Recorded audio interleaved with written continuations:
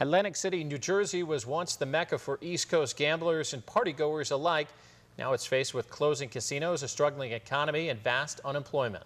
News 25's Sarah Duffy reveals how officials and casino executives are working to bring the city back to life and what advice they have for Gulf Coast to keep our gaming market strong. Here's part 1 of her series, What Are the Odds? The popular board game Monopoly is modeled after the streets of Atlantic City, New Jersey, and the similarity doesn't end there.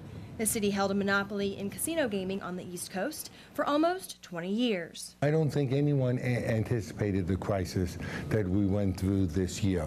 I think, 10 years ago, 15 years ago, I was disappointed that we weren't using the money that was generated with casinos to rebuild the city, to repurpose ourselves, to become a whole lot more than just a gaming mecca. The gaming industry as a monopoly was a bet Atlantic City gambled on 38 years ago, which would come to an end in the early 2000s when nearby states such as Connecticut, Pennsylvania, and Delaware all approved gaming sites of their own. That's when the city went from making $5 billion in gaming revenue a year to $2.5 billion.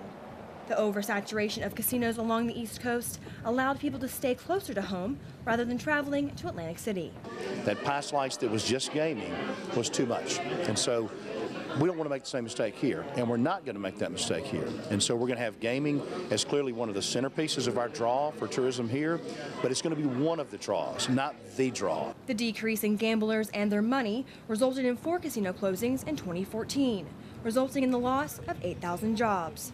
Earlier this year at the Southern Gaming Summit in Biloxi, CEO of Golden Nugget Tillman Fertitta warned of the oversaturation dangers here on the Gulf Coast, with the closing of Margaritaville and as Scarlet Pearl prepares to open their doors. I think you got to just not do any properties for a while. I think you got to put, a 5-year, no more properties, and you got to weed out the weak, because there's a lot of weak properties. And that is exactly what's happening in Atlantic City. So this year everything came to a crash. The casinos in Atlantic City that hadn't reinvested in their properties and were running the weakest house ended up closing, just couldn't keep up with the competition.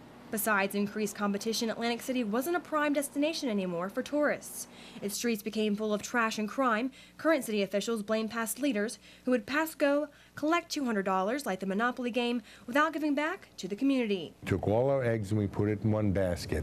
Gaming gave us taxes and they gave us jobs and benefits, and so we thought we didn't need anything else. And so we let the city go. But the story is far from over. Mayor Guardian is working to restore his home with the help of the Atlantic City Alliance by bringing in $1 billion in non-gaming development, making many believe there is still something in the cards for the city by the sea.